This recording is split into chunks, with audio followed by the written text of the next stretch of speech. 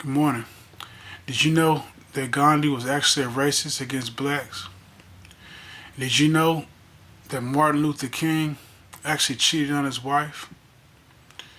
And that Mother Teresa used to make almost $30 million a year and would still have unsanitary living conditions for all the people she would take care of? I'm not saying this to slander these people, but it's just an eye opener and confirmation of what the Bible tells us about humans, and that while no one's perfect, there also is no such thing as a good man. Now, don't get it twisted. I do believe there are people that are good in comparison to other humans. And when we follow that list, there also is a very small amount of people who I would say are good, even compared to other humans. Because if we were to compare ourselves even to Mother Teresa or Martin Luther King or Gandhi, which I do believe were good people compared to other humans, then we would still fall short.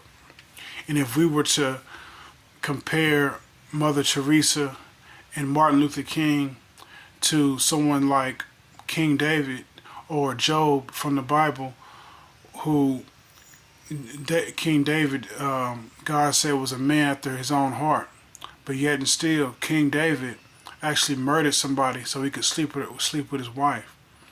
So we just see that the condition of the human heart is completely messed up. And the thing about it is, we are so self-righteous that we always think that we're good. We'll find excuses. No matter what it is we do wrong, we will justify it. And it's something I used to do. All the evil things I used to do, and just be in the streets, I wouldn't really have any kind of boundaries of the things I would do, but I would always have an excuse. I would be like, oh man, well, it's not my fault.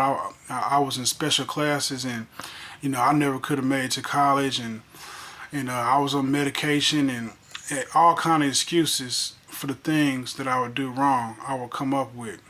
And in my eyes, I was just. I was doing the only thing I could do. But once you begin to accept God and you take God into your life, He will no longer help you to go towards things that are negative with excuses. He will head you towards positive things, and He will help you fight through all the negative things that you have coming in your mind. If you're not thinking with the mind of God, and if you're not reading His Word and you're not being bettered by Him, then there's a different spirit that will be in control of you.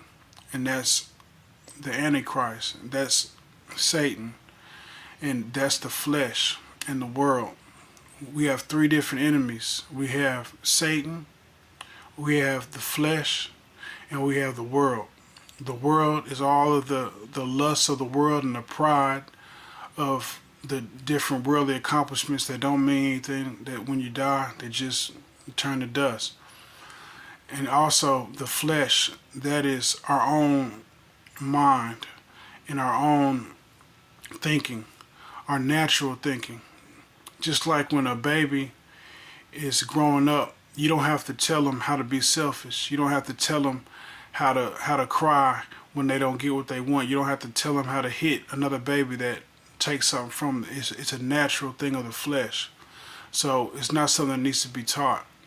So that's what the flesh is, and it doesn't stop when we get older. It doesn't just automatically go away, and a lot of times it gets worse. The more you feed something, the worse it gets.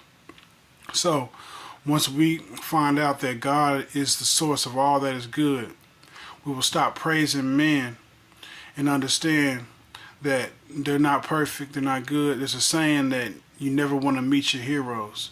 And I think that's a pretty good saying, because if you meet the people that you look up to so much, you'll find out that not all they're cracked up to be. So just keep that in mind, and remember that the only way we can get better is to look to God. If you look for man, and you start idolizing man, which is a very dangerous thing. I believe anybody you look up to, you should know something wrong about them, or you should be able to notice anything wrong about them. If you don't notice anything wrong about a person that you look up to, then you're probably in danger of idolizing them. And then when you idolize a person, you'll look at every single thing that they do. And a lot of times we'll do this because a person might have a lot of money, or they might be famous, and so we'll look at them and we'll be like, oh, okay, I'm gonna do everything he does, and you'll believe that because they have these things, it's because they're perfect or because they do everything right. And when you idolize a person like this, you're subject to start picking up their flaws because you think everything they do is right, and you're not having the discernment to notice the wrong that they do. Everybody does things wrong. I do things wrong. I might say a lot of things that are right, that are coming from this Bible, but I promise you, if you could see inside my head, I'd be embarrassed. I know if I could see inside your head, you would be embarrassed. There's a lot of things we think about that are evil and that are just downright wrong. And there's a lot of things we say and do. If we could look at our past the way God will do on Judgment Day, I'm sure we would all be embarrassed. So remember, don't idolize any people. Look to God. He is the way, the light, and remember, the only way to God is through Jesus.